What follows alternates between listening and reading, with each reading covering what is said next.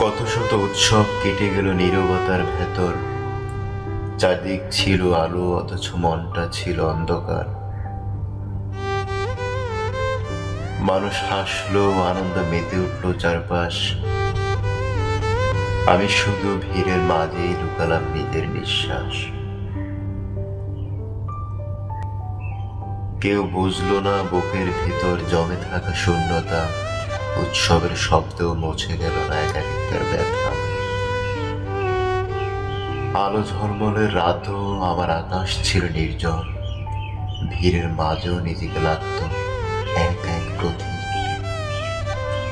তাই কত শত উৎসব পেরিয়ে গেল চুপচাপ, নিরিবিলি, নির্জন।